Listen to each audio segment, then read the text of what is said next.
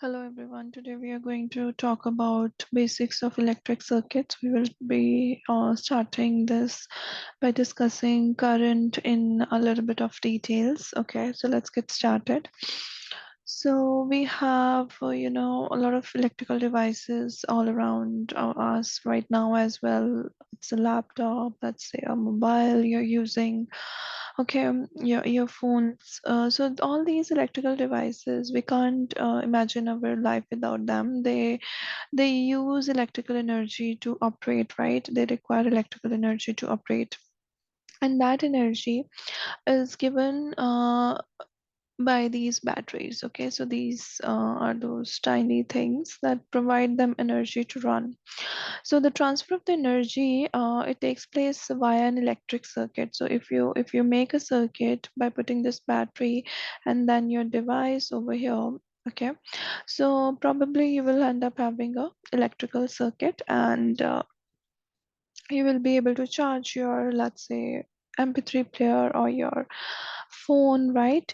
So these batteries, they have some chemical reaction that's going on in between them. Okay, so that chemical reaction that occurs, it transfers electrons. Okay, so electrons start to leave one terminal. Okay, so let me clear this up a little bit. So let's say electrons are trying to leave this terminal. So because electrons are negatively charged particle and the negative charge is leaving this terminal, so it will be essentially, we can call it positively charged terminal.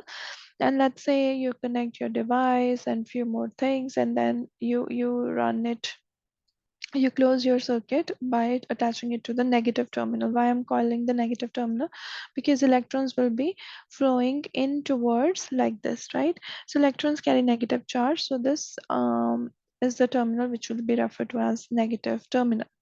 Now instead of drawing this cell every time, so people have a short cut to do that. So we draw these lines. So the bigger line represents the positive terminal, okay, and the shorter line represents a negative terminal. So this is a symbol that is used to represent battery in the electric circuit drawing, so which we'll be using in later slides. Because of the positive and negative charges on the battery terminal, so there is a potential difference. Okay, so there is a little bit of potential difference in these terminals. So if you look over here, this is your device, this is your battery pack, right, which is inside this, and then you can have this terminal as your negative terminal, this is your positive terminal, and then if you connect it through the conducting wires towards your device with the help of the with your device, so you will be able to charge that, right? So the electrons, they start to move towards that through the conducting wire. So moving on, let's talk about some real life scenarios. That means your typical car battery, it will require 12 joules per coulomb. Okay, so this is the energy that is required for charge. And what do we call it as? So this is called as volts. We call it as potential. um we also call it as voltage, right? So whichever name you want to call it, it depends on you. So v is equal to E upon q. So E is your energy, it is measured in joules, and then charge is in coulomb. So joules per coulomb is the unit for this. And also we like to call it as volts. And let's say we don't write meter. Let's say this scale has a length of 50 meters. We will write M. So let's say the voltage is 12 volts. So we will write V as its symbol. I hope that makes sense. So what we just did over here is we learned a formula which I'm pretty sure you must have done in your previous grades. V is equal to E upon Q. Okay, and then if you talk about this flashlight battery, let's say you have a flashlight at home, and then you try to work around it. So it will typically require 1.5 volts to operate. So that means 1 coulomb, let me write it again, just 1 second. So that means that 1 coulomb should be able to give only 1.5 joules. It should be able to do this much of work so that your flashlight goes on. Okay, now moving on. in the same context. Let's talk about current. Now, what these batteries are producing? They're producing current. Now, let's talk about some basics of that. So, the battery creates an electric field within and parallel to the wire. So, let's say here is your battery, and then you run a wire through your device, right? And then you're trying to charge it. So, what happens over here? So, because the electrons are moving over on towards the side, let's say the positive terminal there, they're moving towards us. So this is a charged particle, and we know that a charged particle electron, it creates electric field around it. So that electric field, it exerts a force on the electrons, because there are so many electrons over here. They exert force on each other, and they start moving. Okay, and they start moving. So if you see this figure for a better view, so this is the flow of the charge. So these are your tiny electrons that are moving, and this is your surface. Let's say we want to study how many electrons or the charges are moving through the surface.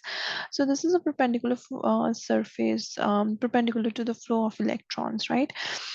So what is current? Current is flow of charge, flow of electrons, okay, or flow of charge. So current is nothing but the flow of charge. And if I start monitoring the time, let's say in 1 second, how many electrons or charges are passing this surface, I will reach a new formula, or if you're already aware of it, that's good. So how much charge is denoted by Q, and it is crossing per unit time, that is called current, and current is denoted by I. Simple. Okay, so this is called as electric current. So you can see over here, we will talk about these delta signs, this triangle. This is called as a delta. Okay, so the charge flowing over a certain period of time, it can change as well, right? So this delta, it denotes the change. It helps us to denote the change over time. Okay, so just a quick review. Here we talked about electric current. What is electric current? It is nothing but the flow of the charges per unit time. So I is equal to Q upon T. So now the current, let's talk about the units first. And if I write it like this, Q upon T, Q is measured in coulombs, time is measured in seconds. So this is Coulomb per second. Okay, so every time instead of writing Coulomb per second, scientists, they refer Coulomb per second to as ampere also. Okay, it is to honor the French mathematician, okay, who did a lot of work in this. So Coulomb per second, and because I already told you, let's say this scale has a height of 50 meters, so we will write 50 m. And if let's say the current of 50 ampere is flowing, then we will write 50 A. Okay, uppercase A. So this is how we denote it. Now, if the charges move around the circuit all the time in one direction, so let's say the electron is flowing in one direction, okay, so we like to call this current as direct current, in short DC. Okay, if the direction is same at all the times. So this is what batteries do. Okay, battery of your car, battery of your any other device, right? And there is another type of current also.